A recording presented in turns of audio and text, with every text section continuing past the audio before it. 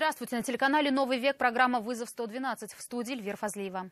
И сегодня мы расскажем о фокусе с подбрасыванием автомобиля, который водитель Форда показал окружающим. Стояли на светофоре и резко толчок такой. Кто выехал на красный? Я поехал и с первого ряда врезалась Лада Калина. Водители, столкнувшихся на проспекте Победы автомобилей, утверждают, что их вины в произошедшем нет. И история одной наркобанды.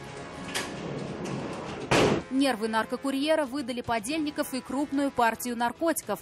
Это и не только в ближайшие 10 минут. Фокус с подкидыванием Деонекси показал всем окружающим водитель Форда на Мамадышском тракте. Он не смог остановиться и протаранил узбекскую иномарку, которую в свою очередь подбросила вверх, и задними колесами она опустилась на капот Форда, при этом зацепив стоящий впереди Мерседес. Сергей Хайдаров спросил водителя Форда, что помешало ему затормозить перед светофором. Стояли на светофоре и резко толчок такой. Эта картина поразила не только участников аварии, но и других автомобилистов. Многие из них даже останавливались на проезжей части, чтобы сделать фотографии. Несмотря на сильный удар, в происшествии никто не пострадал. Водитель Део рассказал, как его автомобиль оказался на капоте Форда. Я почти на холостом ходу, я почти остановился, тихонечко ехал. Включил поворот, я тихонечко ехал, и за мной вот не успел тормозиться, наверное, тормоза отказалось, может, не знаю, и на меня наехал.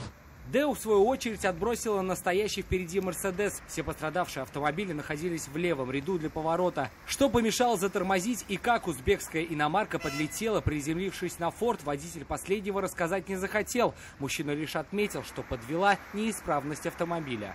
У вас тормоза отказали, что ли? Сейчас автомобилисту остается надеяться, что страховых выплат хватит на ремонт всех автомобилей. Сергей Хайдаров, Айрат Назипов, Константин Бушуев.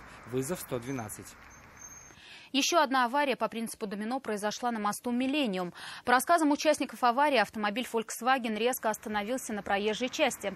Ехавшая следом «Лада» 15-й модели успела остановиться, а вот женщина-водитель за рулем «Датсуна» этого сделать не смогла. Сразу после столкновения в ее автомобиль врезался 4-й участник аварии.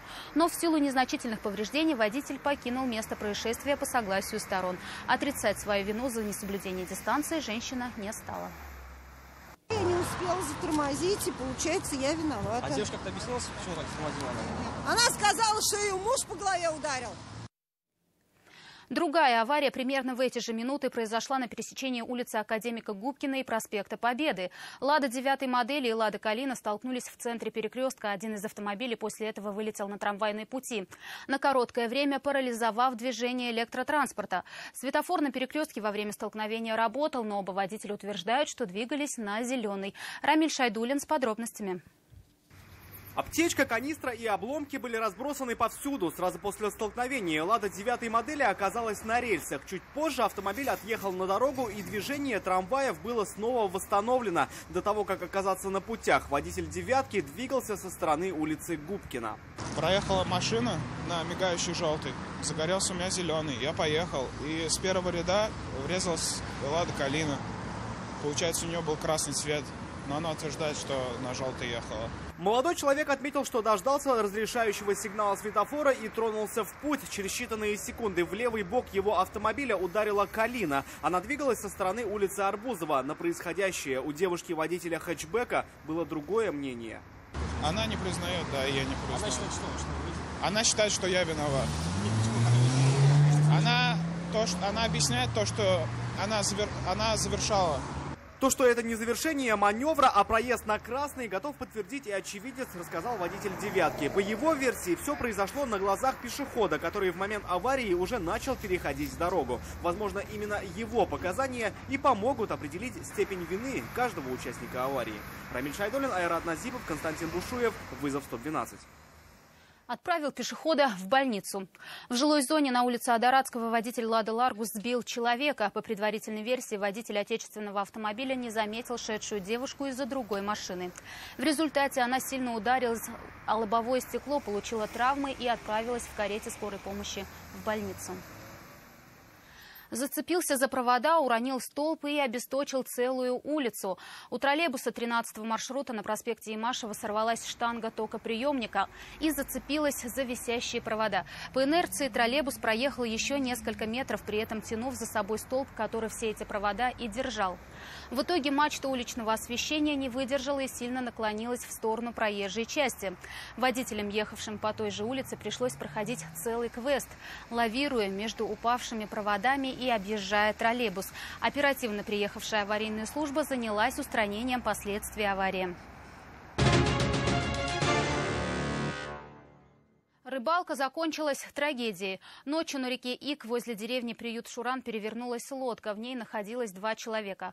Одному мужчине удалось выплыть на берег самостоятельно.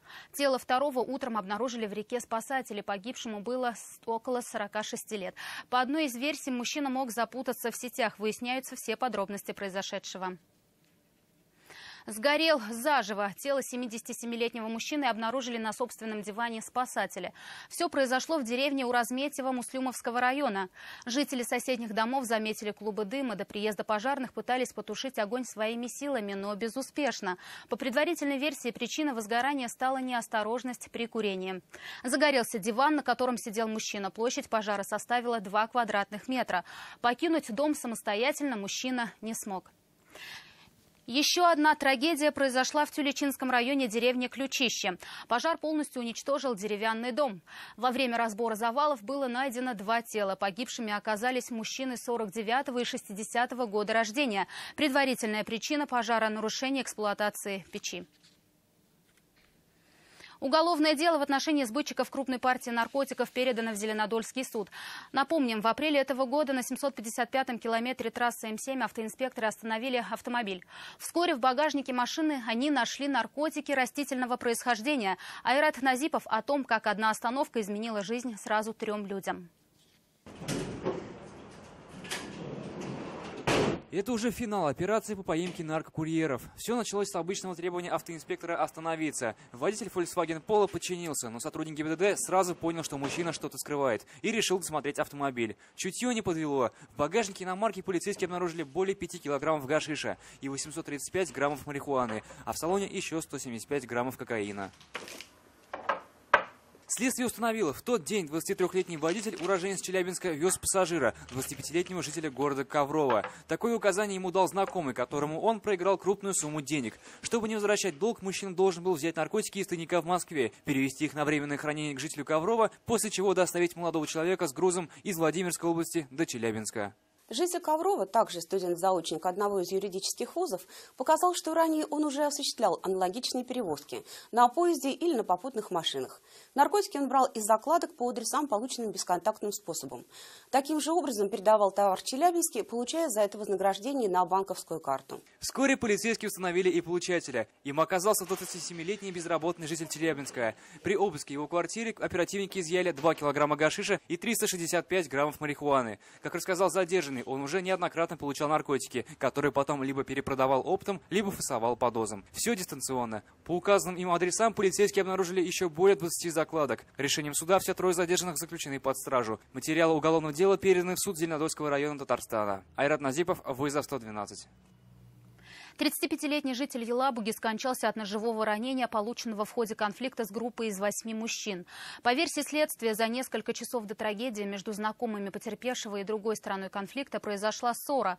Решить вопрос мирным путем на месте не удалось. И стороны договорились встретиться вечером. Погибший пришел с другом. Со стороны злоумышленника было 8 человек. В ходе начавшейся драки после нанесения смертельных ранений потерпевшему компания бежала.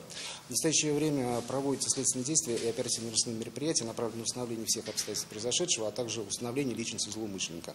Расследование уголовного дела продолжается.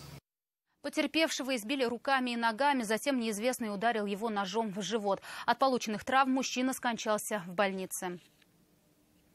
В Набережных Челнах возбудили уголовное дело по факту получения травм в батутном центре. Пострадали 2 детей. 12-летний мальчик получил компрессионный перелом позвоночника. Спустя почти 2 месяца при таких же обстоятельствах аналогичные травмы получила 13-летняя девочка.